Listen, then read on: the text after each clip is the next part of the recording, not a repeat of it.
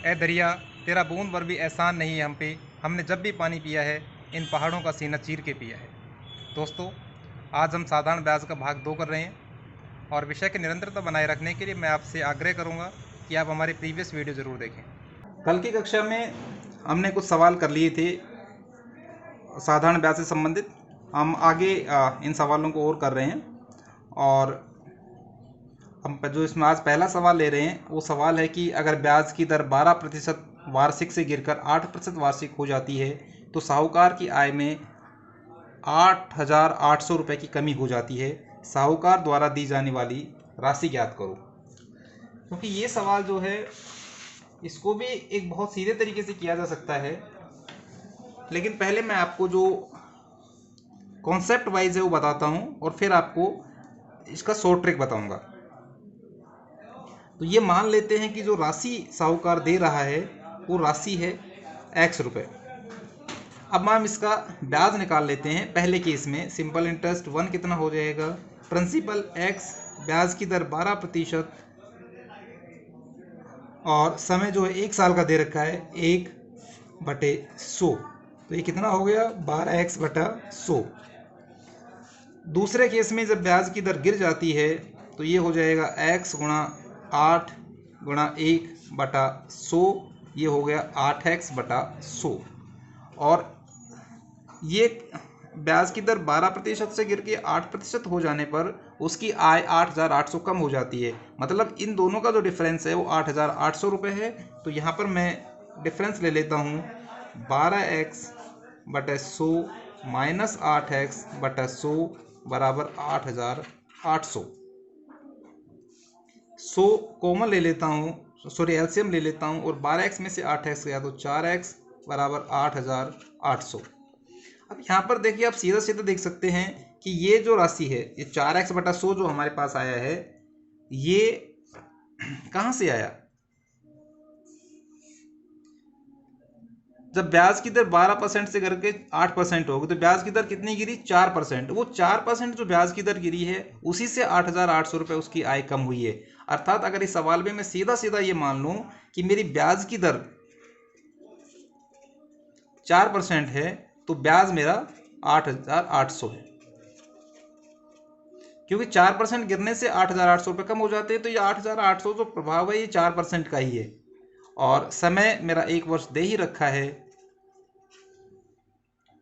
तो simple interest कितना हो जाएगा, सिंपल इंटरेस्ट SI बराबर P into R into T/100। SI 8,800 रुपये दे रखा है बराबर P हमें निकालना है जो कि हमने यहाँ पर x ले रखा है। मैं भी यहाँ पर x लिख लेता हूँ और ब्याज की दर में जो परिवर्तन हुआ है हम यहाँ पर परिवर्तन लिख रहे हैं 4/1 गुणा 1/100 और ये मेरा आ गया 8,800 बराबर 4x/100। तो ये और ये दोनों बराबर आ रहे हैं, इसलिए हमें अलग अलग मान के करने की ज़रूरत नहीं है। हम सीधा यहीं से स्टार्ट कर सकते हैं कि ब्याज की दर कम में कमी होने का मतलब हम दोनों का डिफरेंस ले लेंगे और उनसे जो ब्याज में डिफरेंस या आय में डिफरेंस है वो हम ब्याज ले लेंगे। तो आगे हमारा हो जाएगा, अब इसको सोल्व कर लेते हैं। 4x बराबर 8,800 गुणा 100 और 4x बराबर, सॉरी 4 इधर भेज देता हूँ, 8,800 गुणा 100/4 मैं भाग दे दूंगा 2200, तो 220000 ये मेरी राशि हो जाएगी। आशा करता हूँ कि सवाल आपको समझ आ गया होगा। अब हम अगला सवाल लेते हैं। 15% ब्याज की दर पर कोई धन कितने वर्ष में दुगना हो जाएगा। कोई धन दुगना होने का मतलब क्या है कि अगर मेरा मूलधन 1 रुपये है तो मिश्र धन कितना हो जा रहा है 2 रुपये। दुगना होने का मतलब यही हुआ ना, मिश्र धन 2 रुपये। तो ब्याज कितना हो गया 2 - 1 बराबर 1 रुपये। बस यही अपने को करना है। ब्याज की दर इसने दे रखी है, रेट 15% और टाइम निकालना है अपने को। जब टाइम निकालना तो हम जानते हैं कि T बराबर SI गुणा 100/P इंटू R। SI कितना है ब्याज 1 रुपये गुणा 100 प्रिंसिपल मूलधन कितना है 1 गुणा रेट परसेंट कितना है 15। ये हो गया 100/15, 5 से कट जाएगा, 5 तियाँ 15 और 20 पंजो 100, और 20 में जब 3 का भाग देंगे तो 3 छक 18, 6 सही 2/3%। अगला सवाल लेते हैं। 1500 रुपये के एक भाग को 10% वार्षिक ब्याज पर 5 वर्षों पर ब्याज तथा दूसरे भाग को 12.5% वार्षिक ब्याज पर 4 वर्षों के ब्याज, माफ़ कीजिएगा सवाल दोबारा पढ़ता हूँ मैं। 1500 रुपये का एक भाग जो कि 10% वार्षिक ब्याज पर दिया जाता है 5 वर्षों के लिए, उस पर ब्याज, तथा दूसरे भाग को जो 12.5% वार्षिक ब्याज पर 4 वर्षों के ब्याज के लिए दिया जाता है, दोनों का ब्याज बराबर होता है, दोनों भाग ज्ञात करो। सवाल ये पूछ रहा है कि 1500 रुपये के दो भाग किए गए, एक भाग को 10% वार्षिक ब्याज पर 5 वर्षों के लिए दिया गया तथा दूसरे भाग को 12.5% वार्षिक ब्याज पर 4 वर्षों के लिए दिया गया, और दोनों ही केस में ब्याज की राशि बराबर आई है, तो दोनों भाग ज्ञात करो। ऐसे सवालों में हम ये कर लेते हैं कि माना एक भाग जो है, माना एक भाग x रुपये है, तो दूसरा भाग कितना हो जाएगा, दूसरा भाग बराबर 1500 माइनस x रुपये। अब हम दोनों पे सिंपल इंटरेस्ट निकालेंगे, पहले भाग पर और दूसरे भाग पर, और दे रखा है कि दोनों बराबर हैं। तो पहले भाग पर सिंपल इंटरेस्ट कितना हो जाएगा, प्रिंसिपल कितना है x रुपये बचा है, रेट परसेंट 10, टाइम कितना है 5 वर्ष बटे 100, बराबर दूसरा भाग 1500 माइनस x, रेट परसेंट 12.5 गुणा टाइम 4/100। अब ये दोनों तरफ नीचे 100 है तो ये कट जाएगा, और ऊपर ये आ गया 10 पंजो 50x बराबर 1500 माइनस x, और 12.5 को तो मैं 4 से गुणा करूँगा, 12.5 गुणा 2 25, और 25 दूनी 50, तो 50 यहाँ पर दोनों जगह फिर कट जाएगा, 50 से 50, और ये मेरा आ जाएगा x बराबर 1500 माइनस x को समीकरण के बाएं भाग में ले आऊँगा, तो ये x प्लस x बराबर 1500, और x प्लस x बराबर 2x बराबर 1500, और x बराबर 750 रुपये। मतलब दोनों भाग जो हैं वो हमारे बराबर रहेंगे 750 के। अब हमने इस पे विविध प्रश्न कर लिए हैं, और अगले जो हमारे सवाल हैं वो पटवार 2015 की परीक्षा में पूछे गए सवाल हैं। पहला सवाल लेते हैं। एक साहूकार को पता चलता है कि साधारण ब्याज दर 13% वार्षिक में 0.5% की गिरावट होने पर उसकी आमदनी में 104 की कमी हो जाती है, उसकी उधार दी गई पूंजी याद करो। देखिए ऐसा सवाल हमने थोड़ी देर पहले भी किया था। यहाँ पर जो ये 5.5% ब्याज की दर है यही मायने रखती है, 13% मायने नहीं रखती, क्योंकि 5.5% की कमी होने से 104 रुपये की कमी हो रही है, मतलब उस राशि का जो 0.5% है वो 104 रुपये है। तो उधार दी गई पूंजी प्रिंसिपल क्या होता है ये हमें पता है, SI गुणा 100 बटे रेट परसेंट गुणा T। अब आप समझ गए होंगे कि मैं यहाँ पर 0.5% क्यों ले रहा हूँ, क्योंकि 0.5% जो परिवर्तन हुआ है उसी से 104 रुपये का परिवर्तन हुआ है, इसलिए जो 104 रुपये की राशि है वो 0.5% के परिणामी है। तो सिंपल इंटरेस्ट कितना है 104 गुणा 100, रेट परसेंट 0.5 गुणा टाइम 1 साल।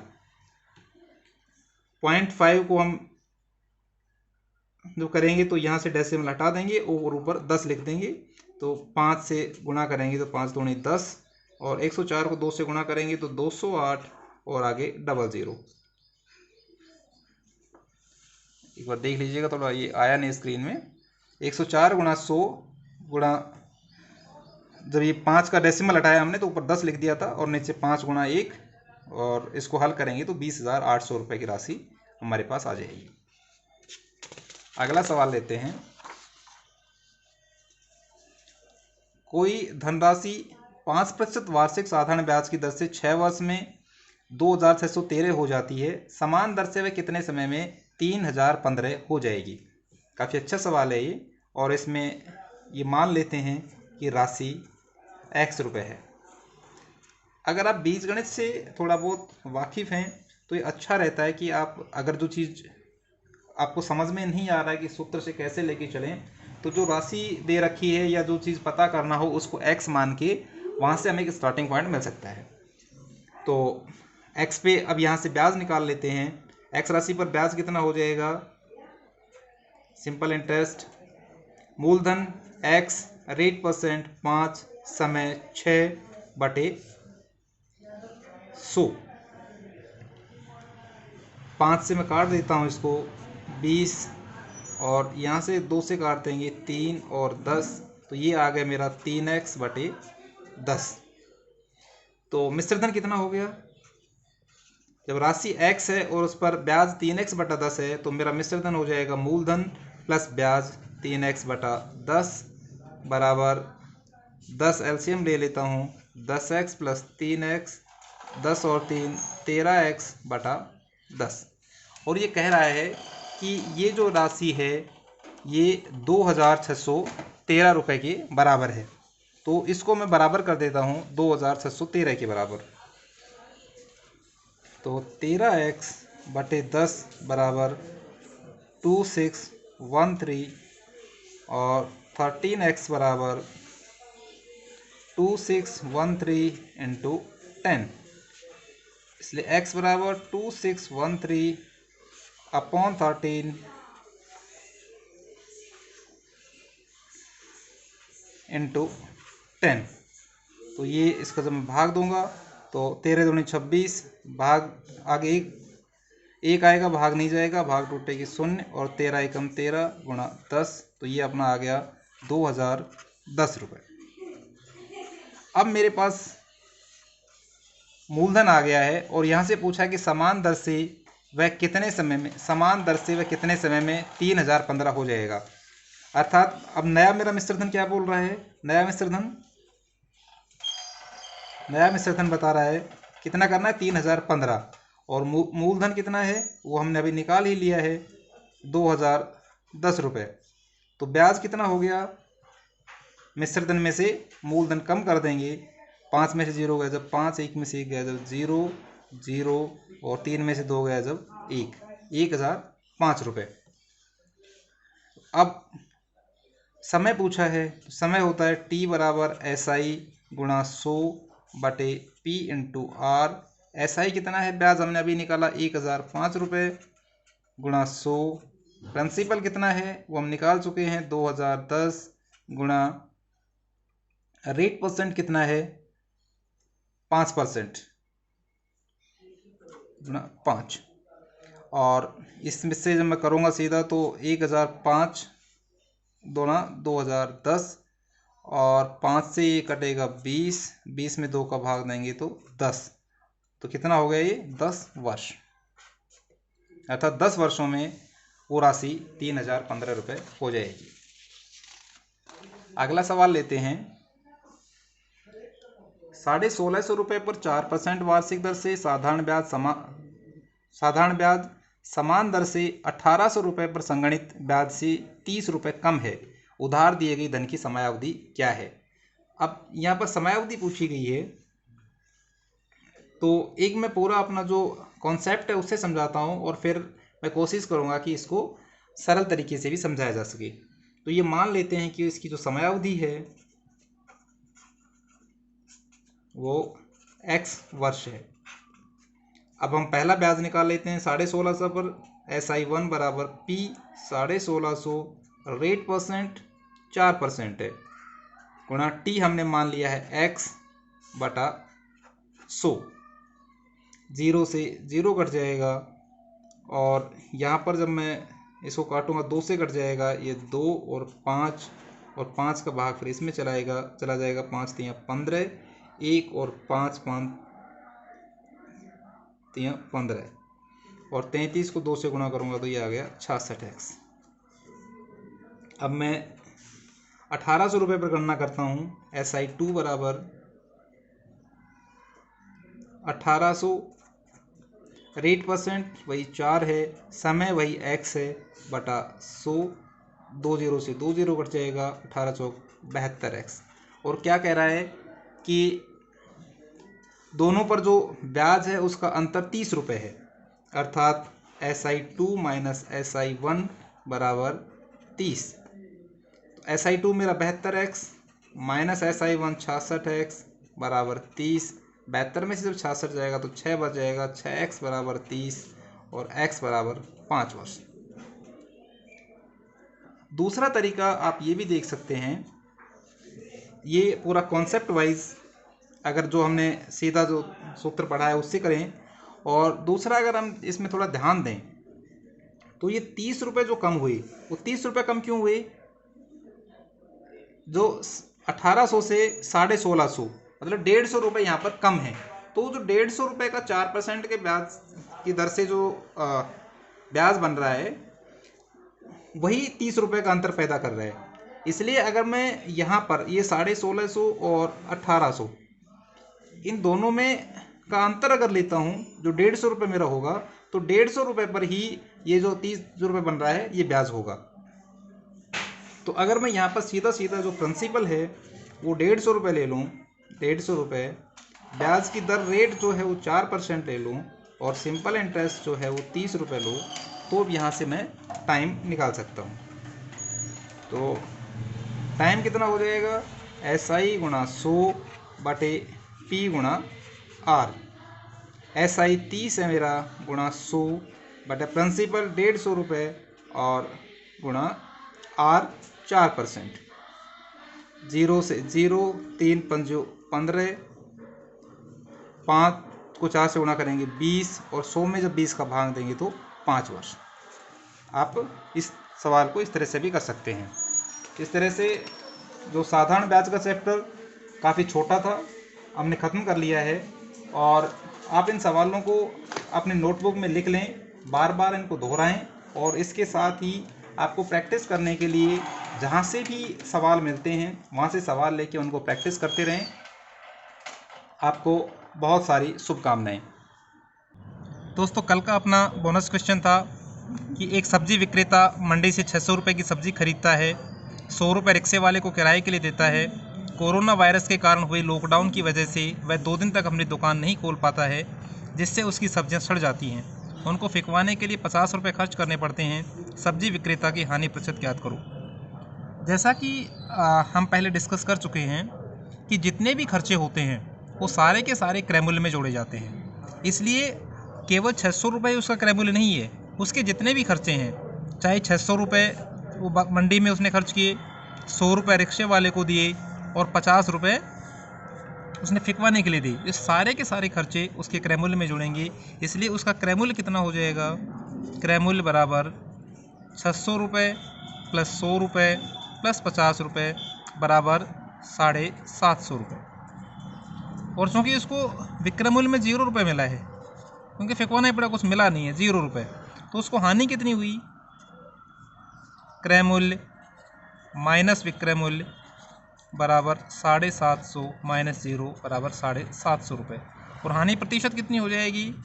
हानि प्रतिशत बराबर 750 रुपये की हानि बटे क्रय मूल्य 750 का गुणा 100, ये कट जाएगा, बराबर 100%। दोस्तों ध्यान रखना, हानि प्रतिशत कभी भी 100% से अधिक नहीं हो सकता, क्योंकि सारे खर्चे क्रय मूल्य में हम जोड़ देते हैं। इसलिए जो हमने खर्च किया है उससे ज़्यादा की हानि हमें कभी नहीं होगी। जबकि लाभ जो है वो कितने भी प्रतिशत हो सकता है, उसका कोई अंत नहीं होता है। और अब हम देखेंगे अपना आज का बोनस क्वेश्चन। और आज का बोनस क्वेश्चन है कि एक व्यक्ति को धातु का टुकड़ा अपने खेत में पड़ा मिला, जिसको उसने 250 रुपये में बेच दिया, उसका लाभ प्रतिशत ज्ञात करो। दोस्तों, इस सवाल का उत्तर आप हमें कमेंट बॉक्स में दें और कल के वीडियो में हम इसको डिस्कस करेंगे। अगर हमारे वीडियो आपको पसंद आ रहे हों तो वीडियो को लाइक करें, शेयर करें और हमारे चैनल मैथमेटिक्स फॉर पटवार बाय दिनेश को सब्सक्राइब करें। हंसते रहें, मुस्कुराते रहें और लक्ष्य की तरफ बढ़ते रहें।